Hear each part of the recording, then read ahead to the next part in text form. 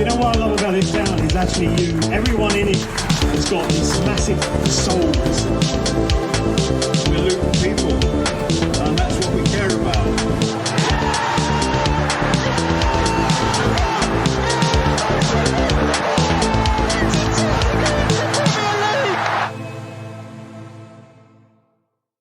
Hello everyone, welcome along to the Luton Town Supporters Trust, the longest running Luton Town podcast, the only podcast that has gone from League 2 to the Premier League, and it is the Premier League that we're obviously going to talk about because we're going to review Luton Town's first win in the Premier League. Not our first top flight win, which is starting to piss me off, everyone saying that, all of that, but very much our first Premier League win away to Everton on Saturday. And to help me break that game down, I'm joined by the Lutonian journalist James Cunliffe, and town fan and hated by everyone in the blue side of Liverpool, Dan Barrett-Davis. Sorry. If you don't know what I mean, make sure you watch our preview podcast where he basically, he just mugged them right off. I said they were rubbish.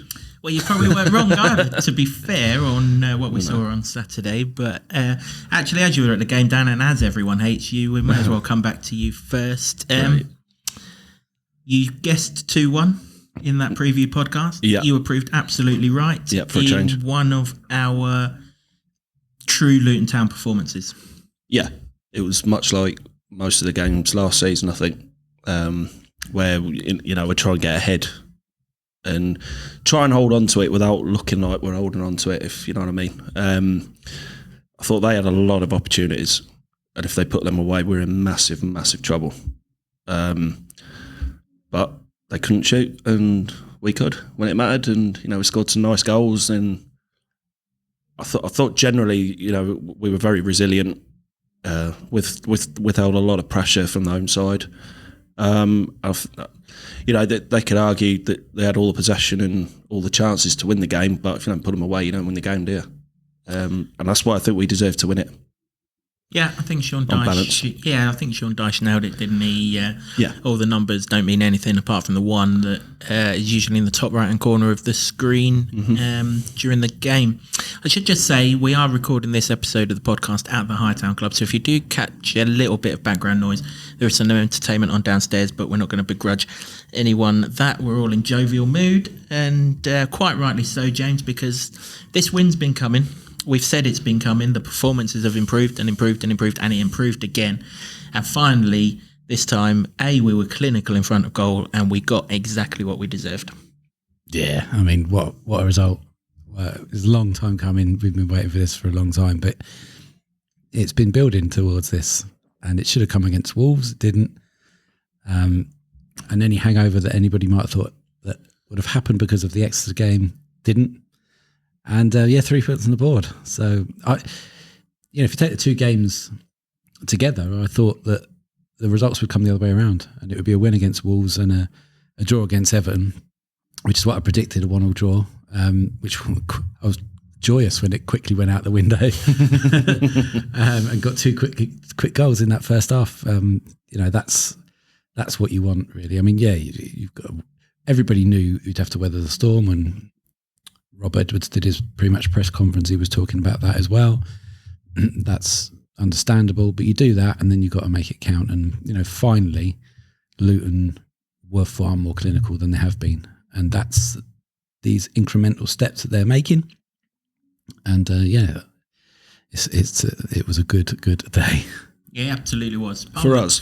Apart from the traffic on the way up there, which was a bit of a pain in the arse, everything else about the day was just brilliant. Actually, Dan, it was just a brilliant away day, wasn't it? Classic old school ground, great away end where you can create good atmosphere. It was absolutely rocking before the game, during the game, towards the end of the game, and then after the game, the scenes were incredible. Oh, it was. And as away days go, right up there in recent memory. Yeah, definitely. Well, as recent as it was the last game. You've just come back. You've just literally just come back from Liverpool because I went out in the town straight after the game and got absolutely walloped Yeah, fair play. And after your last comments on this podcast, quite I was lucky it weren't a physical wallop. Yeah. I did get a lot of friendly greetings from Liverpool supporters, which my mate, being a Liverpool fan, was a bit puzzled by, but then I did point out that we'd just beaten Everton, and that's probably why. But no, yeah, I have just got back. The traffic was horrendous. I never want to see the A50 again. Yeah, I mean, as away days go, back to the question, I'm just trying to remember it in my head. It was good, wasn't it was a brilliant away day. It was. Do you know what day it is, Dan? No, and I don't care. I don't care because we won a Premier League game. But no, Goodison Park's a cracking stadium. I've never been before, and it was one that, when we got promoted, it was one that I was really looking forward to. Probably won't be welcome there again, but... Well, hopefully you're not going there again. Well, yeah, I mean, do you know, got them in the cup. On that, it is a shame that they are leaving. I mean, I understand that everybody wants a new ground across. We've been crying out for one since the year dot, haven't we? So, and we will get ours eventually. But it like you say, it's a good old fashioned ground. I actually really, really enjoyed it. Besides the football, which was an added bonus. Football didn't ruin football for a change. No, the only thing that's weird this weekend, James, is Luton haven't gone up a place when we've not played, but we don't actually need to go up because we're not even in the bottom three anymore. I mean, fourth on match of the day, fourth from bottom. There's a lot of fours that are going very well, and at the time of recording, which is before the Fulham-Chelsea game, just a solitary point behind the billionaires. Yeah, the failing billionaire project that is Chelsea. Beautiful sight, that table, isn't it? Yeah, to be out of that bottom three, and the only club out of that bottom four that have been getting pelters, but I feel that have been really building. Bournemouth are in real bother. That manager's probably not going to last very long of theirs. No, and we'll see what Burnley are all about on Tuesday. And Sheffield United obviously took a 8-0 hammering since the last time we recorded on this, and it just shows you, doesn't it, what can happen in this league. And their manager's not going to last too much longer either, I wouldn't have thought. No. The question going into the game then, James, was who would replace Albert Sambi Lokonga. Really horrible news that he's going to be out for a few months with a hamstring injury that we picked up against Wolves. The answer to the question was Pelly Radakampanzu, who has now won a game of football in a Luton Town shirt in all of the top 5 divisions in English football. Massive shout out to Pelly for that. And he was a huge part of the performance of the team. His energy, we flagged it up, didn't we, in the preview podcast? They've got lots of physicality, lots of energy in midfield, and Pelly matched it. I wouldn't go as far as to say he was the standout performer on the day, but he certainly didn't let us down, and he did everything that position asks of him. What a guy, eh? That man just keeps proving people wrong everywhere he goes, and he's had to make do for the first time in a very long time with coming off the bench and stuff. But it was a sickener that Sambi got that injury, because it looked fairly innocuous coming off, and a couple of months is like the high end for a hamstring injury, and I think we were all on the group chats going, oh, bloody hell, because he was so good in the first 2 games. But man, this is Pelly Radakampanzu. He just comes in and he's Mr. Luton. He does what is needed to be done.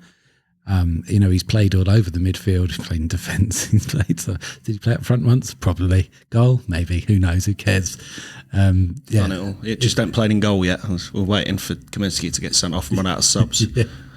If you need that man to do a job, then he'll do it. And what a guy.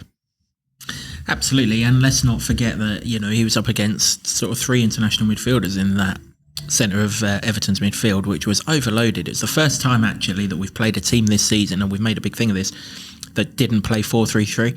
It's kind of hard to tell just what formation Everton did play, because it was like didn't seem really much of a cohesive plan to anything that they did, and I guess that was very much to the sort of way we set up, and credit to Rob Edwards for that. The game then, Dan, obviously, I think you mentioned it, we rode an early storm. There were shots whizzing past Kaminsky that thankfully whizzed past the post as well. Lots of oohing and ahhing, but nothing that was really within much danger of the goal. And first time we kind of got forward, Chio against Young, we flagged it up before the game. It was the most obvious mismatch of all mismatches this season.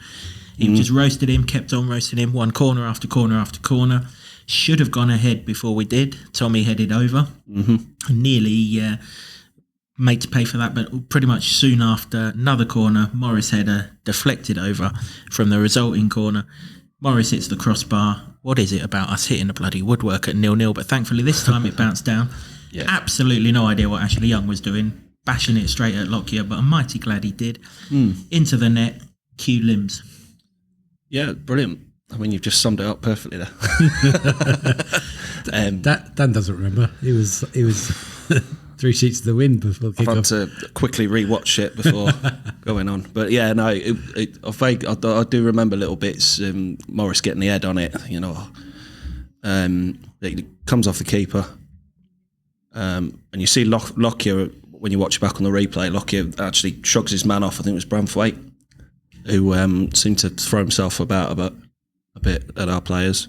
No problem with that, really, because Lockyer managed to shrug him off and just get his foot where it needed. And when I hit the back of the net, I mean, I banged my head on the roof, jumped up that high. I mean, I'm quite tall anyway, but yeah, it was just fantastic. I couldn't believe it. You know, we scored away from home first in the Premier League, and I think it settled a lot of us because, like you say, the early storm, and then I think for about 10-15 minutes after, I mean, we scored again not long after. Carlton's goal was just beautiful. The ball from Doughty was a dream, and Morris kept his composure beautifully and struck it home. Pickford couldn't do nothing about that. But yeah, I think for about 10-15 minutes after the first goal, I think we actually really took the game to them, and we looked like the home side for large parts of the first half. And the second half was just about holding on and just weathering more of the storm. Thankfully, they've flip-flops instead of football boots for shooting boots, and yeah, they did. Yeah. I mean, if it was a station full of ideas, it quickly emptied because they ran out of ideas very, very quickly. Their only idea was give the ball to Harrison to put a cross in. You know, if Beto headed it, chances are it's going over the crossbar anyway because nothing went anywhere near the goal that came from him. Calvert-Lewin kind of faded very fast in the game as we got stronger, really. I mean, in that second half, I was sat there and, well, I wasn't sat there, I stood there, and I never really thought, do you know what, we're in trouble here. And when they scored 5 minutes before half-time, you kind of thought, oh, shit. There we go. That's the lift that they need. It's going to be hectic. I never really, even now, I'm trying to rack my brains of something that I thought, we got away with it there. Yeah, there was a header that went miles over the crossbar, but from the lack of pace on the cross, it'd have had to have been something special to beat Kaminsky anyway.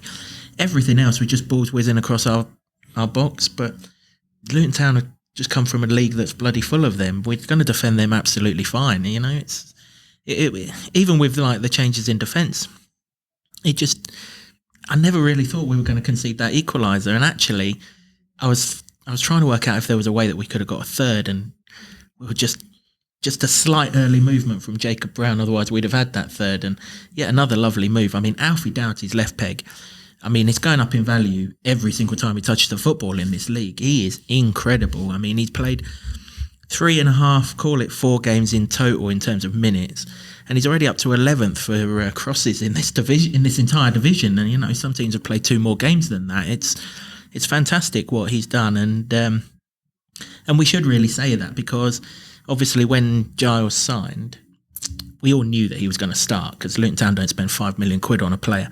And stick him on the bench straight away.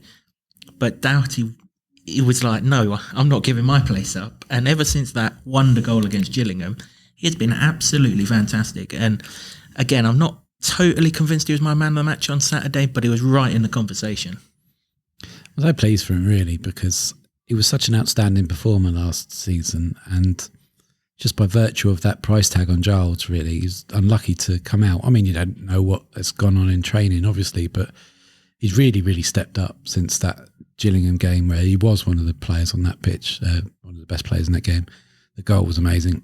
And he's taken his chance and he's not let it go. I mean, 6 chances created on Saturday, and that's the most in the Premier League for one game. I mean, we talked about him and Chio on that left-hand side, that they're virtually undroppable at the moment, and they're just gold plating it because he was fantastic. I think you can lose the word virtually, can't you? I think they are undroppable. Certainly on. I mean, the only concern is that Alfie runs out of puff towards the end of a game, and we have to use a substitute. But hey, I mean, if that's the only fault that he's got, then happy days. I mean, if he's sticking 6 chances on a plate for people, I mean, even the one that he crossed for the goal that was disallowed was a peach of a ball to the back post because Pickford couldn't come for it. It was so just out of his reach, and if Brown was like half a yard back, then it would much more convincing scoreline. Absolutely. I mean, there's been some criticism of our set pieces so far this season, probably because of the volume of the things that we've had in comparison to the actual chances that we've had from them. No criticism of that on Saturday. Each and every one that Alfie Doughty put in was a threat against a team who supposedly pride themselves on being so strong at set pieces. For us to dominate them in the air, and I thought it was really good analysis from Micah Richards actually on Match of the Day to show just how we were able to dominate them in the air with players blocking runs and leaving men free and everything else, and it just worked out absolutely perfectly. And you're right, James, that left hand side, Doughty and Chio, they've hit the ground running big time, literally hit the ground running in Chio's case. Absolutely superb. But I think there's one person that we really do need to talk about, Dan, and we've got Beast Mode Marvellous back because he was absolutely incredible at Goodison Park on Saturday. 6 tackles in the game. He is now the leading tackler in the Premier League. And don't forget, we have played 1 game less than every team bar 3, because we're recording this before Fulham against Chelsea. In this league, he is the most tackles in the league, 26 tackles, 1 ahead of Yves Bissouma, and Amari Bell's only 4 behind that. So to have Marv in that sort of form, that's what took us to the Premier League. And you got to say, based on Saturday's evidence, if he's in that form, it's that's going to keep us in the Premier League. Yeah, I mean, there's no doubt in Marvellous's ability to perform at this level. My gaffer's a Villa fan, and he was a little bit gutted that they were letting him come to us, firstly on loan and then permanently. I mean, I heard something about that it's not the defending aspect of it, because he can do. We've seen that, and those stats bear it out. But it was his distribution aspect of it. Yep. But he's up to 84% pass accuracy, as he was before the game at Everton. I think he's not quite as expansive in terms of passing a football. He tends to keep it simple. I mean, I'll never forget the first time I saw him when he came on as a sub for 25 minutes, and he'd get the ball off someone, pass it, and he'd just make it look so simple. And full well it's not. Holding midfield is a really difficult position to play. But he's been like a duck to water, and I think he's probably been guilty of having a bit of a slow start. I think we have in general had a bit of a slow start of the first few games, but he really came into his own and showed why he was the difference last year, and he'll be a difference again this year, I think, because of his experience and his ability. He's been absolutely marvellous. He just didn't have a pre-season, did he? Really? No, so that was probably that, and there was a few that were slow starters. So yeah, there was a few missing from pre-season because we signed a lot of players late on as well, and it does make a difference. I don't care what anyone says; it does make a difference, and you always know it's going to take as long as pre-season is to get sort of back into the swing of things. So we should start seeing a few more stepping up. Not that anybody's really dropped off the pace, I'd say, not drastically. But in terms of getting minutes and getting more games in, and they start getting sharper and they're back to the best. I mean, it's a few games in. We're still quite early on. What are we, 5, 6? 6 games. 6 games in. So yeah. Yeah, it is still relatively early days, but everyone's improving. But yeah, no, marvellous on Saturday. Absolutely brilliant. And like you said, James, the move for the disallowed goal, that was started by Marvellous putting the ball out wide to Alfie Doughty, having carried the ball away from danger in the first place. Him and Pelly looked really, really good in the centre of that midfield. And if Sambi is out for as long as they say he is, and obviously we hope he's not, we hope he's back very quickly. If he is, those two are going to form some partnership. We'll keep on the positives theme, James, because the main man up front, he's back as well. We said, didn't we, the last couple of games, couple of defenders had just managed to sort of tame him a little bit. Tarkowski and Branthwaite didn't. That was a proper centre forwards performance from Morris. Forget the goal. The goal was absolutely brilliant on the half volley. First time, far corner, he knew exactly what he was doing. Fantastic. But those two centre-halves did not get a minute's peace from Morris. He was absolutely brilliant. And when he went off with 15 to go or whatever it was, he fully deserved the standing ovation he got from the Town fans. Yeah, they love him, don't they? I don't want to forget the goal, to be honest. I watched it over and over again. That is some finish, to be honest. It was such a difficult technique that on the half volley. Half volley is quite difficult anyway, but to hit that on the angle and low and hard past England's number one goalkeeper from a decent way out, probably 12, 15 yards out at the angle. First time as well.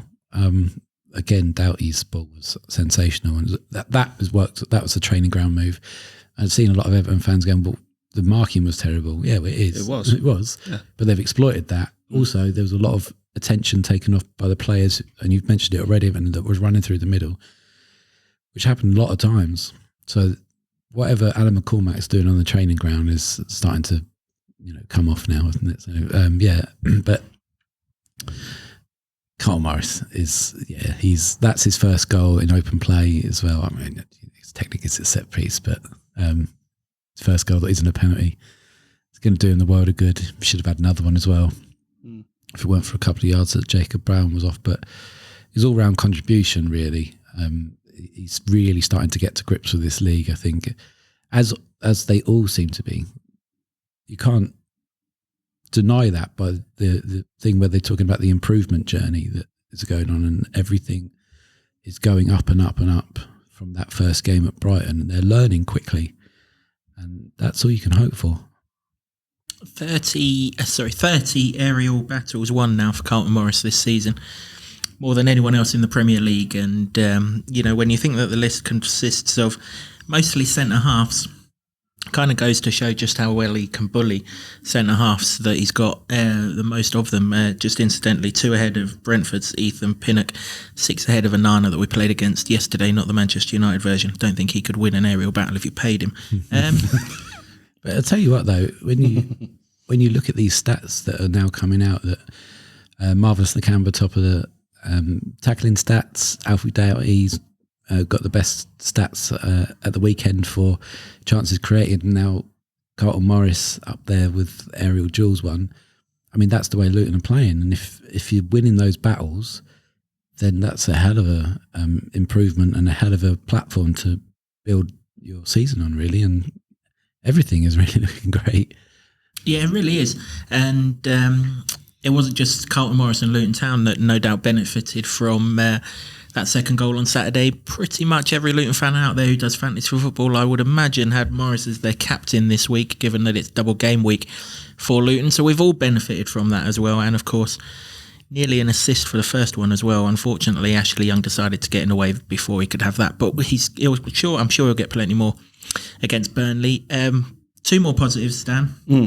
While we're doing the positives, Mads Anderson, who in the second half was absolutely immense. I mentioned earlier in the podcast Dominic Calvert-Lewin faded. That's kind of harsh on Mads, because Mads picked him up, dumped him in his pocket, and cracked on with the rest of the game. And Teden Mengi made his Premier League debut, came on for Reece Burke for the last half an hour. We believe Reece Burke had a bit of a groin strain. That's why he went off as a precaution. Tom Lockyer went off. If you saw Match of the Day, you've seen he's got a right old shiner under his left eye, which was closing up. So probably better to take no precautions with that. But Anderson and Mengi, if we do have to play Burnley without one or both of Lockyer and Burke, and let's hope they are both okay to play, the drop-off doesn't look like it's going to be too big. No, and that's why you have a squad. Simple as that. Okay, the ones that played in midweek at Exeter didn't do themselves many favours, but you come in and you get another chance. You've got to bloody well take it, else you can't let your performance levels drop at this level at all. If you have a bad game, you better bloody make sure the next one's a bit better. But yeah, no, they were both really impressive, and I like what I've seen of Mad so far. I watched him against Gillingham. And against West Ham as well, and he looks tough, really strong. physical, and that's what you need. You know, I wouldn't expect him to play every week, but in time he could be a key player for us. Yeah, I must admit, I was impressed with him when he played in that Gillingham game. I was relatively impressed when he played against West Ham as well. Yeah. I mentioned in that podcast that there was only one incident where he looked a bit leggy, but that's it really. And everything else since then, I mean, he's exceeded my expectations really, because it's a big jump to go from the Championship to go to the Premier League, and he's come from League One. But it's obvious quality there, and I'm sticking with my guns that I just think he's going to be like a cult fan favourite, really, because he does everything you want from a defender, and it's not, he's not John Stones or anything. He's a proper defender that people love in the way that he plays, and I think he's going to be a big boost to Luton. On Mengi as well. I mean, when they got the guy in to do the FC 24 ratings, and Mengi for each and every one went questionable, also questionable. And yeah, I mean, when he came on, I thought, well, we're asking some questions of you today. What have you got? And I think he answered some of them, I love that. The video was quite funny, but I love, brilliant. In retrospect, now you've said that, I love that a lot of those players are going, come on, behave. What are these stats about? Because Alfie as well. Did you see him a goal? Exactly. Yeah. But I mean, I know it's only some computer game, but yeah, there's another thing to be motivated about, isn't it? To improve your own standing in those in whatever that ranking is. Because I mean, there's an awful lot of 12-year-olds who think that that's very important. So yeah, there are. But more importantly, it is about our players believing that they belong at this level, and the closer their numbers are to the other players and the other teams, would be recognition of that. And the more performances they put in, like Saturday, the more wins they get, like they did on Saturday, the better it can be. Yeah, on Ted and Mengi, Dan said not many people shone at Exeter in terms of potentially forcing their way into the side, and that's probably right. The two that did, though, were Mads Andersen and Ted and Mengi. He looks a real good footballer. I mean, he's come through Man United's academy, so obviously he's not shit. But he looks a real good footballer. Questionable. But he looks a real good footballer as well as a defender. Yeah, very much in the Reece Burke mould, and he just looks comfortable on the ball. That video that Dan's referenced, he's obviously comfortable in himself, confident lad, and he hasn't come here to sit on the bench. And someone's given him a chance to play in the side, and he took it. I mean, apart from one header, Beto didn't really influence the game at all. Mengi was composed, he was calm. To be fair to Issa Kabore, he was a little bit on the edge at times, understandable after it was his mistake against Exeter that cost us the cup tie. But Mengi was just a composed, calming influence. And actually, there was no real drop-off from Reece Burke going off the pitch. And we love Reece Burke on this podcast. He is true class. And I think with a run of games, Mengi could be right there as well. Well, this is the strength of Luton's recruitment, isn't it? And also the blind spot that maybe some big clubs have to not putting in young, talented players. I mean, Man United, they don't come much bigger than Man United, obviously, but they ain't pulling up trees. And, when you've got... smacking into them at the minute. You've got Harry Maguire in your squad, and he's clearly not fancied by Ten Hag, then why not? I mean, I'm not complaining. Their loss is Luton's gain, and it was the same with Burke as well. Somehow he found himself at Hull and in League One, but Luton saw something in him as well. And like you say, we've waxed lyrical about him ever since he's come, because he's, with the ball at his feet, he's wonderful, and as a defender, he's very solid as well. So if Luton have found another one of those, it really does bode well for the strength of the department, because we know that Burke is a bit injury prone, and hopefully he's not going to be too affected by this, and it was just a precaution, because he's done his groin before, hasn't he? And that was it's a difficult one to sort out. But if he is out, then Mengi can come in, or anyone for that matter, because it happened last season as well. It wasn't always the same back five. A revolving cast because of injuries and suspensions or whatever, and they were always solid.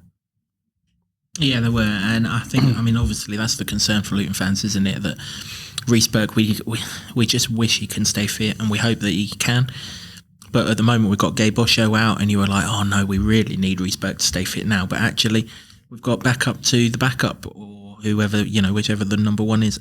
Osho's been back training as well. I asked in the pre-match presser for Everton, and he just got back out on the grass. He's only training on his own at the moment, but that's a good sign.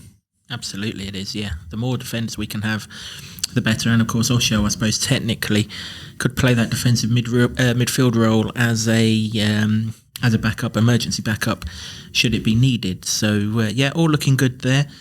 Usually we'd look at negatives just to sort of round off the podcast, but apart from the traffic on the M6 and all the Man United fans that we had to pass to get up there, wasn't really any negatives to talk about, was there, Dan? I mean, as I say, Issa Kabore looked a little bit unsure of himself defensively early on in the game, but again, that's just literally, I mean, you got to remember that the bloke's not fluent in the language. He's still understanding what's asked of him, those around him and things like that, so I'm not going to pull him up on that. It wasn't like he made a mistake that was catastrophic on Saturday anyway, but apart from that, I mean, the only negative of the game really was that, I mean, how bad must Everton be that they've lost to a team that ain't even trying in this league, as supposed, according to all of the pundits, Please don't dig me any more holes. You dug a pretty. You took a JCB to a hole, my friend. Well, if you're going to do it, you may as well do it properly, I suppose. But no, I mean, I'll just. Do I need to clarify what I meant? Not particularly. No. Do I not? No, you got your score prediction right. I got my score prediction right. We beat them. There's an awful lot of Everton people in our comments on the YouTube channel who weren't very happy with you. But I just thought it was hilarious, really. Well, I mean, funny enough for you to put it in the main headline, so I'm trying to be simple and not say anything more than necessary. But yeah, no, there weren't really any negatives at all apart from the goal going against us. But I mean, even then that was messy, wasn't it? It took ages as well. Yeah, I had time to get another point, and that VAR thing. I mean, we'll cover that a little bit more extensively in the monthly podcast that we do for October. Oh, do we have to? Well, I'm sick of talking about VAR. They just need to get it right. Yeah, I think it's more the fan experience of it that we need to talk about rather than the decision itself. And yeah, we'll do that because it's not a day to bring this particular episode of the podcast down because, it's one of the greatest days, certainly in a regular season that we've had for quite some time. We'll finish, though, as we always do. I mean, we'll pick the standout player of the game, and there were so many contenders here, and actually you probably got a different one yourselves, but I think we're in the marvellous camp on this one. I mean, but the longer that game went on, he was absolutely fantastic. The statistics tell you 6 tackles, and I think it was the second most completed passes, brought the ball out at will, forced Everton to go wide, which they don't necessarily like to do because they pack their midfield with all these big physical, powerful runners. Once the ball goes wide, Luton are a lot more content when balls coming into the box that Anderson or Lockyer or Burke will head them away. And that was all down to our brilliant Zimbabwean. So kudos to him. Absolutely superb. He wasn't the only one who was superb. They were all superb. As Luton Town won in the Premier League, for the first time in our history. Yeah, sounds good, doesn't it? It really does. Yeah, I mean, it's a great performance. Yeah, I don't think you can overlook Doughty as well. No, you can't, because you really can't. Marvellous did what Marvellous is there to do, and if he can do it to that level for a lot longer of the season, more's the better. But he's always going to play, isn't he, if he's fit? Yeah. Whereas Doughty was out at the beginning of the season, with Giles looking like he was going to be in, and he's just staked his claim now. Just the fact that I don't think you can not start him. That's a big turnaround for him. It's healthy to have competition. That's why you have the competition. Every new signing we bring, whoever's still there is looking over the shoulder. I mean, I think Elijah's looking over his shoulder at the minute because Brown and Ogbeni are streets ahead at the moment in terms of recent form. Ogbeni for me stood out. I just liked how he ran at people. He could do the defensive stuff as well. And for somebody who was playing in a struggling Rotherham side last year, and everybody mocking us that we'd sign a Rotherham player getting up to the Premier League, I mean, he's shut a few people up, I think. And I think he'll continue to do that as well. And he'll become. I think he's another one that will become a regular. This is the thing though about Luton, and I've always done it. I've written a programme column for the Burnley game, so turn to the back page if you buy that. But it's the inside cover of the back page, but we'll let you off. Pedant. Back page, you're going to get a list of all the players that you might be watching that particular. You can write my name in there if you like, whatever. But you know, your dreams. Yeah, definitely in my dreams. I could have been a contender. His dreams are nightmares. For everybody else, definitely. Yeah, they might sound all right to him. Yeah, I was a fox in the box. He'd give me one of those Doughty crosses. He wants shooting. Yeah. Anyway, back to the point at hand. Oh yeah, football. Yeah, I was. The piece I wrote essentially was that the Premier League and all of its acolytes and followers and by the way, if you support the Premier League, you are a weirdo. Who supports a league? That's one thing. But there's lots of them, and there's lots of pundits that go into battle and try to protect the virtue of the Premier League or whatever. But none of them understand Luton Town Football Club, and I think that that's brilliant because they could underestimate them, and if Luton play like they did on Saturday, then that's what they're going to get. But it's just a different club, a different way of doing things, and the top flight of English football hasn't got a clue how to deal with it, and it's not necessarily anything that is too related to results.